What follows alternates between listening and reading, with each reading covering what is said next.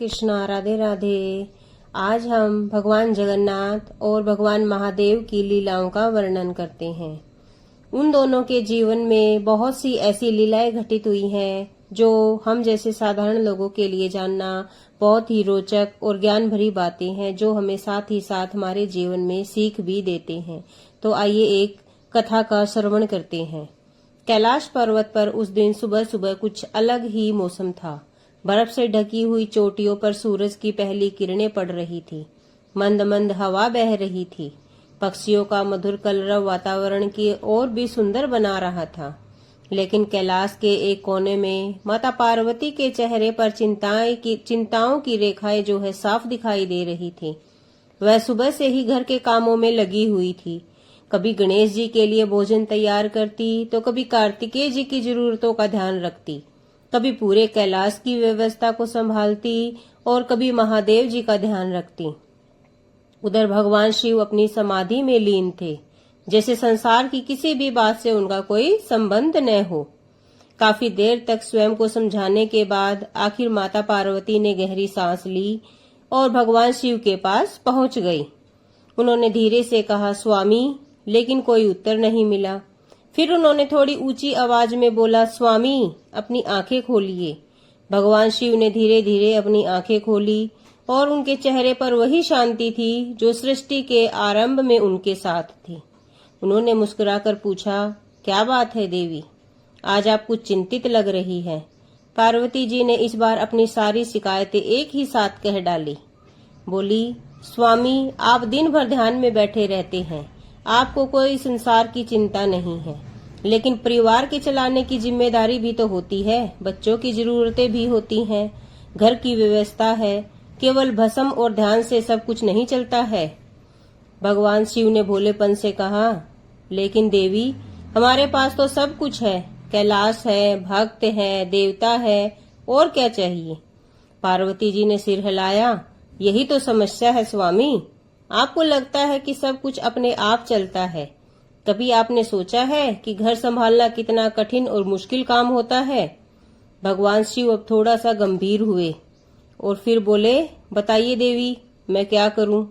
पार्वती जी ने तुरंत उत्तर दिया, कुछ ऐसा काम कीजिए, मेहनत कीजिए, खेती कीजिए, कुछ कमा कर लाइए, तभी तो आपको समझ आएगा कि जीवन में केवल ध्यान और समाधि का नाम ही जीवन नहीं है। भगवान शिव ने बिना एक भी पल गवाए तुरंत हामी भर दी और बोले, ठीक है देवी, यदि आपकी यही इच्छा है तो मैं अवश्य ही कुछ काम करूंगा। और उसी समय बाहर से नंदी जी दौड़ते हुए आए और उन्होंने सारी बात सुन ली थी। तो वे धीरे से बोले, प्रभु, यदि आप कुछ करना ही चाहते हैं तो आप खेती कीजिए, और यदि खेती करना चाहते हैं तो वृंदावन चलिए। वहां भगवान जगन्नाथ के पास विशाल खेत है, लेकिन एक बात याद रखिएगा। तो भगवान भोले बाबा बोले कि क्या? शिव ने पूछा। नंदी बोला मुस्कुराकर, भगवान जगन्नाथ बहुत ही चतुर हैं, उनकी लीलाओं को समझना इतना आसान नहीं है। भगवान शिव हंस पड़े, अरे नंदी, मैं भी तो कोई साधारण व्यक्ति नहीं हूँ, सब ठीक हो जाएगा, तुम चिंता मत करो। यह कहकर भगवान शिव त्रिशूल उठाकर नंदी को साथ लेकर वृंदावन की ओर चल पड़े। रास्ते भर उनके मन में खेती को लेकर अनेकों कल्पनाएं चलती रही। उन्हें लग रहा था कि खेती करना कोई कठिन काम नहीं है, थोड़ा सा बीज बोना है, थोड़ा पानी देना है और फिर फसल तैयार हो जाएगी। लेकिन उन्हें क्या पता था कि आगे चलकर उनके जीवन की सबसे अनोखी परीक्षा उनका इंतजार कर रही है। जब वे वृंदावन पहुंचे तो वहां की सुंदरता को देखकर मंत्रमुग्ध हो गए। चारों ओर हरियाली थी, गायें चर रही थी, ग्वाल बाल खेल रहे थे, हवा में बांसुरी की धुन बज रही थी। भगवान शिव ने अपना डमरू उठाया और जोर जोर से बजाने लगे, डम डम डम। पर ये वृंदावन में डमरू की गूंज फैल गई। और उधर भगवान जगन्नाथ आराम से बैठे माखन खा रहे थे। डमरू की आवाज सुनकर उन्होंने मुस्कुराते हुए कहा, लगता है आज कोई विशेष अतिथि आए हैं हमारे वृंदावन में। तो उन्होंने बाहर आकर देखा तो स्वयं महादेव बाहर खड़े थे। जगन्नाथ जी ने तुरंत हाथ जोड़ दिए और प्रणाम महादेव ऐसा कहकर उनका स्वागत किया और बोले, आज हमारे वृंदावन में आपका स्वागत है। शिव भगवान जी बोले, जगन्नाथ, मैं एक विशेष काम से आया हूँ। तो जगन्नाथ जी बोले कि प्रभु आज्ञा दीजिए। महादेव जी ने कहा कि मैं खेती करना चाहता हूँ। जगन्नाथ जी के चेहरे पर यह सुनते ही एक शरारती मुस्कान उभर कर आ गई। ये तो बहुत अच्छी बात है प्रभु, लेकिन एक छोटी सी शर्त मेरी भी है। तो महादेव जी बोले, कौन सी शर्त है? जगन्नाथ जी बोले, जो फसल होगी उसका ऊपर वाला हिस्सा आपका और नीचे वाला हिस्सा मेरा। भगवान शिव ने बिना सोचे समझे ही तुरंत हाँ कह दी। जगन्नाथ जी मन ही मन मुस्कुराए। तो फिर ठीक है प्रभु, इस बार हम आलू बोते हैं। और यही कहते हुए भगवान भोलेनाथ को खेती के काम में लगा दिया और यहीं से शुरू हुई भगवान भोलेनाथ की पहली खेती। सुबह से शाम तक भोलेनाथ खेतों में मेहनत करते, नंदी हल खींचता, भगवान शिव खेत जोतते, कभी पानी देते, कभी खरपतवार निकालते, कभी फसल की रक्षा करते। धीरे धीरे आलू की जो फसल है वो तैयार होने लग गई। फसल देखकर भगवान शिव बहुत ही प्रसन्न हुए। लेकिन जब बंटवारे का समय आया तो उन्होंने ऊपर की सारी पत्तियां काटकर अपने हिस्से में ले ली और नीचे मिट्टी में छिपे आलू जगन्नाथ के हिस्से के लिए छोड़ दिए। तब जगन्नाथ जी ने मुस्कुराकर कहा, प्रभु असली फसल तो नीचे थी। तो भगवान शिव स्तब्ध रह गए, लेकिन बात तो पहले तय हो चुकी थी। वो कुछ न कर सके। वे पत्तियों की गठरियां उठाकर कैलाश पर्वत पर लौट आए और वहां माता पार्वती ने जब गठरियां खोली तो अंदर केवल पत्ते ही पत्ते। उस दिन पहली बार भोले बाबा को समझ आया कि केवल मेहनत करना ही पर्याप्त नहीं है, समझदारी भी जरूरी है। लेकिन रुकिए, कहानी यहीं पर समाप्त नहीं होती है, क्योंकि यह तो पहली बार था। अभी भगवान जगन्नाथ की 2 लीलाएं और भी बाकी हैं और भोलेनाथ को 2 बार और धोखा खाना है, ताकि संसार को एक ऐसी सीख मिल सके जो आज भी उतनी ही सच्ची है जितनी उस समय थी।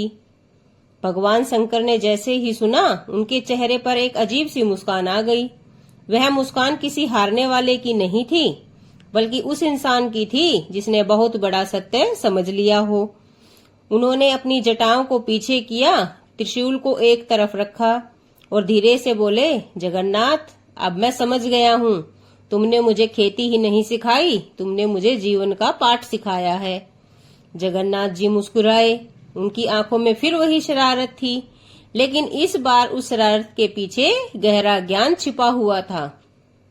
उन्होंने कहा, महादेव, संसार में बहुत से लोग पहली बार के बाद ही हार मानकर बैठ जाते हैं और कुछ लोग दूसरी बार हार मान जाते हैं।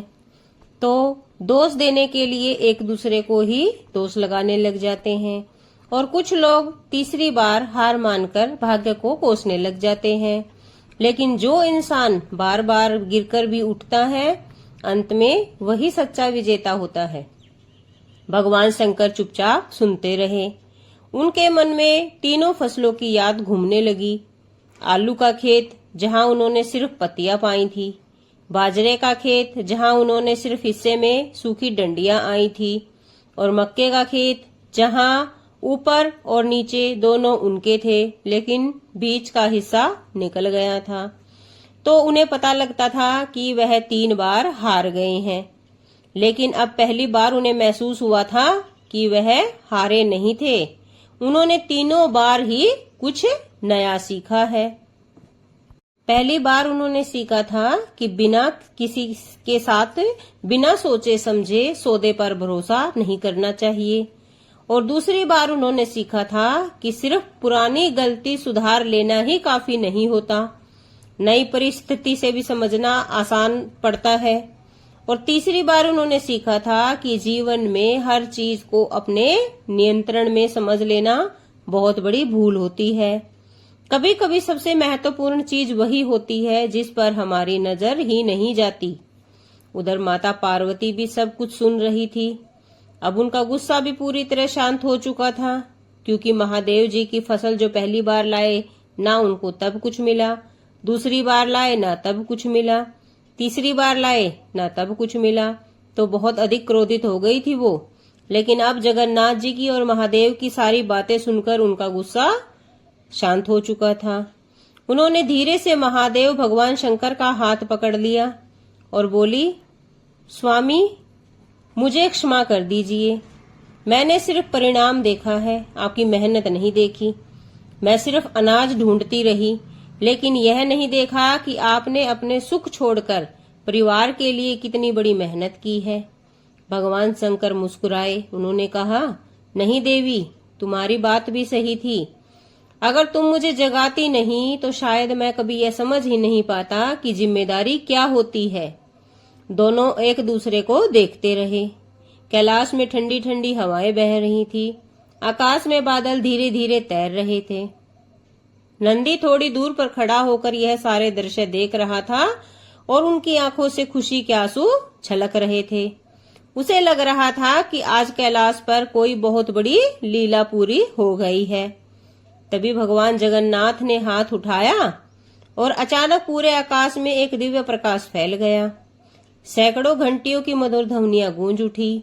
हवा में चंदन और कमल की सुगंध फैल गई। पार्वती जी और नंदी ने आश्चर्य से ऊपर देखा और फिर जो हुआ उसे देखकर सबकी आंखें खुली की खुली रह गई। जहां भगवान शंकर ने उन तीनों फसलों के पत्ते और डंडियां रखी थी, वहां अचानक हरे भरे पौधे उगने लगे थे। कुछ ही क्षणों में पूरा कैलाश फूलों और फलों से भर गया था।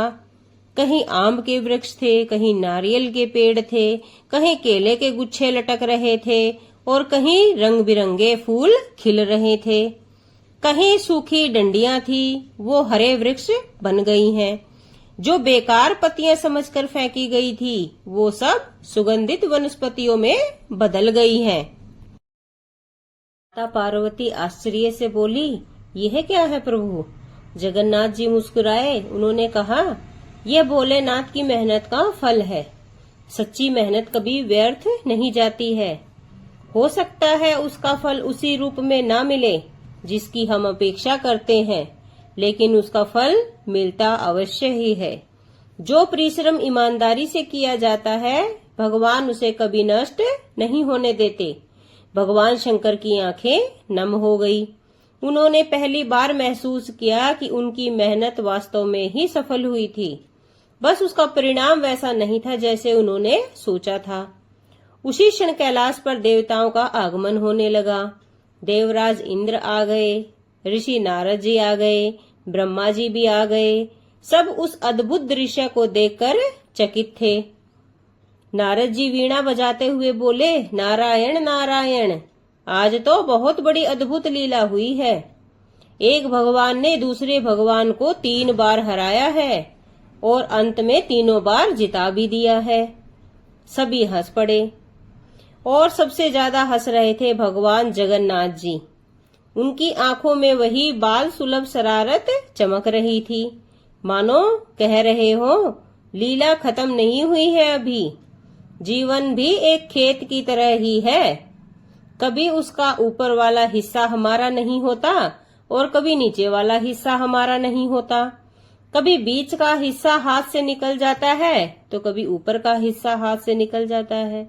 लेकिन अगर मेहनत और विश्वास बना रहे तो अंत में भगवान ऐसा फल देते हैं जिसकी हमने कभी कल्पना भी नहीं की होती है।